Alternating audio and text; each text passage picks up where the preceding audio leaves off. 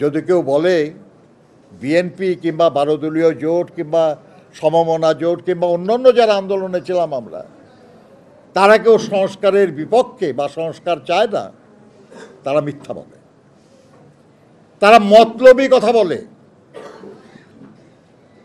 কারণ তারা তো কেউ চায় না এগুলা। আমরা বলেছি যে প্রধানমন্ত্রী পদে পরপর 2 বারের বেশি কেউ থাকতে পারবে না। এর আগে আর কেউ প্রধানমন্ত্রী পদে 2 বারের বেশি থাকতে পারবে না এমন কোনো প্রস্তাব কেউ দিয়েছে আপনাদের স্মরণ পড়ে? আমরা দ্বিকক্ষ বিশিষ্ট পার্লামেন্টের কথা বলেছি, উচ্চসভার কথা বলেছি। আমাদের আগে আর কেউ বলেছে মনে পড়ে আপনাদের? আমরা ক্ষমতার ভারসাম্য আনার জন্য বলেছি।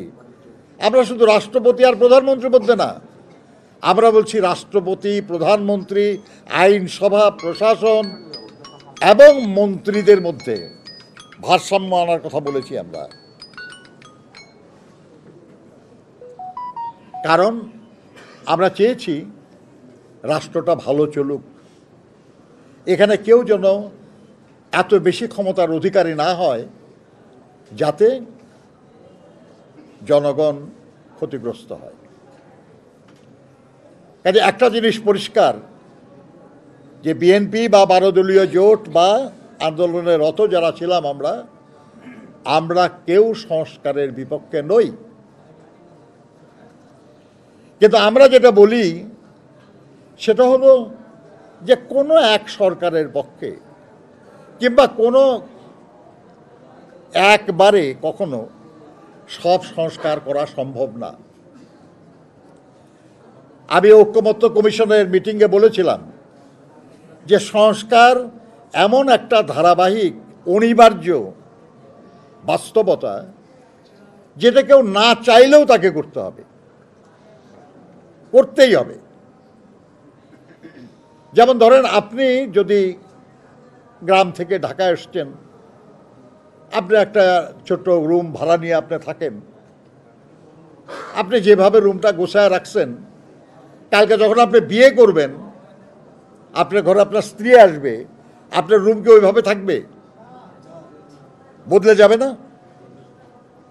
তারপর যখন আপনার একজন সন্তান হবে, তখন কি ওইভাবেই থাকবে না কিছু পরিবর্তন করতে হবে? সন্তান যখন বড় হবে তখন আবার পরিবর্তন করতে হবে না? তারপর যখন সন্তানের বিয়ে শাদী হবে তখন পরিবর্তন লাগবে না? এটা অনিবার্য পরিবর্তন। এটা আপনি চাইলেও অ্যাভয়েড করতে পারবেন না, আপনাকে করতে হবে।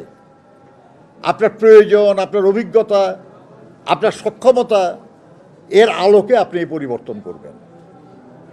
আপনার যদি সামর্থ্য বেশি থাকে, আপনার সন্তানের বিয়ে করে তাকে আরেকটা বাড়িতে দিবেন।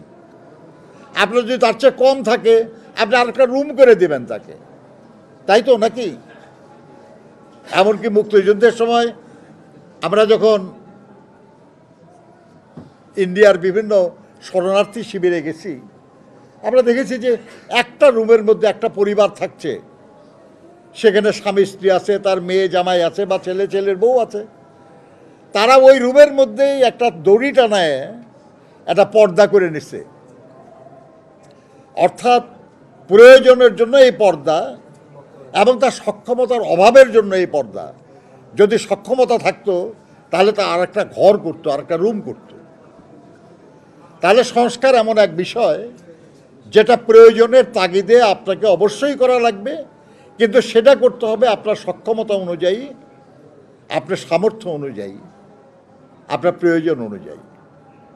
আমরা বলেছি যে বেশ কিছু সংস্কার আছে যেটা সংবিধানের সঙ্গে সংশ্লিষ্ট, সংবিধান পরিবর্তন ছাড়া হবে না। আর এই সরকারের পক্ষে সংবিধান পরিবর্তনের কোনো সুযোগ নাই। হয় দেশে সামরিক শাসন জারি করে সংবিধান স্থগিত করতে হবে, তাহলে আপনি অধ্যাদেশের মাধ্যমে সংবিধান পরিবর্তন করতে পারবেন, আর না হলে আপনি সংবিধান পরিবর্তনের জন্য পরবর্তী সংসদের জন্য অপেক্ষা করতে হবে। তা আমরা বলেছি এটা ছাড়া আর যেসব পরিবর্তন বিটুইন টু পার্লামেন্টস, দুইটা সংসদের মাঝে রাষ্ট্রপতি অধ্যাদেশের মাধ্যমে করতে পারে, আমরা যেসব ব্যাপারে একমত হব সেই সব ব্যাপারে যেগুলো অধ্যাদেশের মাধ্যমে করা যায় করে ফেলেন আপনারা। আর যেটা করা যাবে না, আমরা একমত হব, সেগুলো একটা সনদ আকারে লিপিবদ্ধ হোক, আমরা সবাই সেখানে দস্তখত করব এবং আমরা সবাই প্রতিশ্রুতিবদ্ধ হব যে আগামী নির্বাচনে আল্লাহর মেহেরবানিতে যারাই দায়িত্বে যাক, যারাই মেজরিটি হোক বা মাইনরিটি হোক, যাই হোক, যারা যারা আমরা দস্তখত করব, আমরা সবাই একমত হয়ে সংসদে সেটা অনুমোদন করব।